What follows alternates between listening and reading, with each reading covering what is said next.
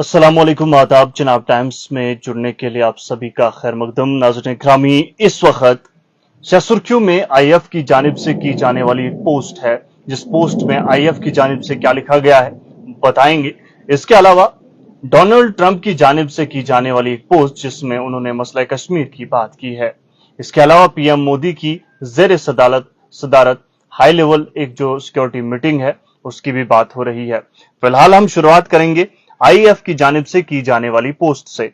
If की जानिब से एक सिंपल पोस्ट की गई है जिसमें यह बताया गया है कि जनाब ऑपरेशन सिंदूर जो है वो सक्सेसफुली कंडक्ट किया गया, जो कि हुआ है। इसमें यह बताते हैं कि ऑपरेशन सिंदूर अभी भी जारी है और मजीद तफसीलात जो ब्रीफिंग है आने वाले वक्त में दी जाएगी। जारी है का जो मुराद है वो यह है कि जब तक ऑफिशियली किसी चीज को रोका नहीं जाता है, कागज नहीं बनता है, तब तक वो जारी ही कहलाता है। तो वो जारी है, और इस जारी और सारी में क्या कुछ नुकसानात होते हैं वो एक अलग पहलू होता है, वो एक अलग चीज होती है। इसी बीच जो है यही आईएफ की जो पोस्ट है उसमें यह भी बताया गया है, जो होना भी चाहिए था, कि कोई भी मिस इन्फॉर्मेशन मत फैलाइए, मनगढ़ंत कहानियों को बनाकर मत फैलाइए। और साथ ही साथ ये बताते हैं कि जब तक कोई भी आईएफ की जानिब से बयान सामने नहीं आता है, तो ऐसे में किसी को जो मन में आए वो बताना शायद मुनासिब नहीं है। खैर, इसके बाद हम बात करें डोनाल्ड जे ट्रंप साहब की, तो उनकी जानिब से आजकल पोस्ट पे पोस्ट आ रहा है, और इसी बीच एक और पोस्ट उन्होंने ट्रुथ सोशल पे किया है।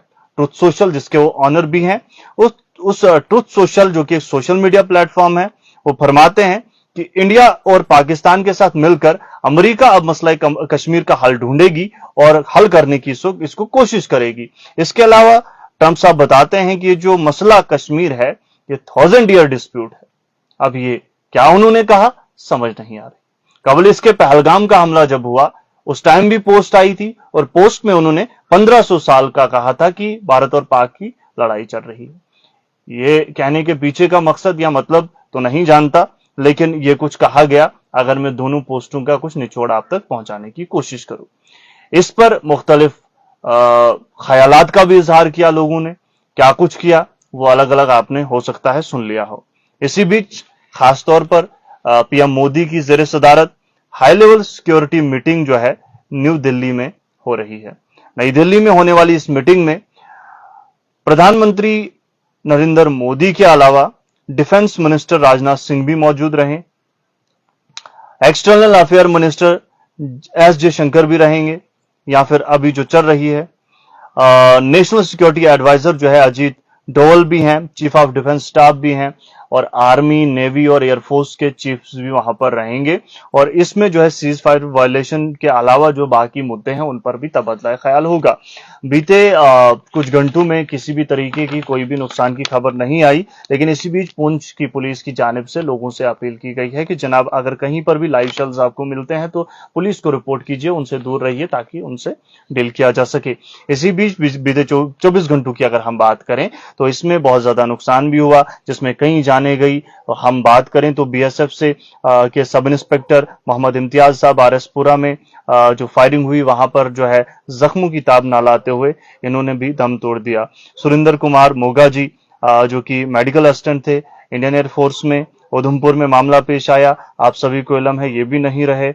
इसके अलावा सूबेदार मेजर पवन कुमार जी जो कि जेसीओ हैं, जेसीओ थे, और हिमाचल सेक्टर में जो है हिमाचल से इनका ताल्लुक था, पुंछ सेक्टर में मामला पेश आता है कृष्णा घाटी में, और ये भी जख्मों की ताब ना लाते हुए चल बसे।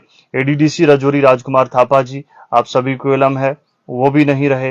राइफलमैन सुनील कुमार वो भी जो है क्या कहते हैं जख्मों की ताब ना लाते हुए चल बसे हैं, आरएसपुरा में मामला आया।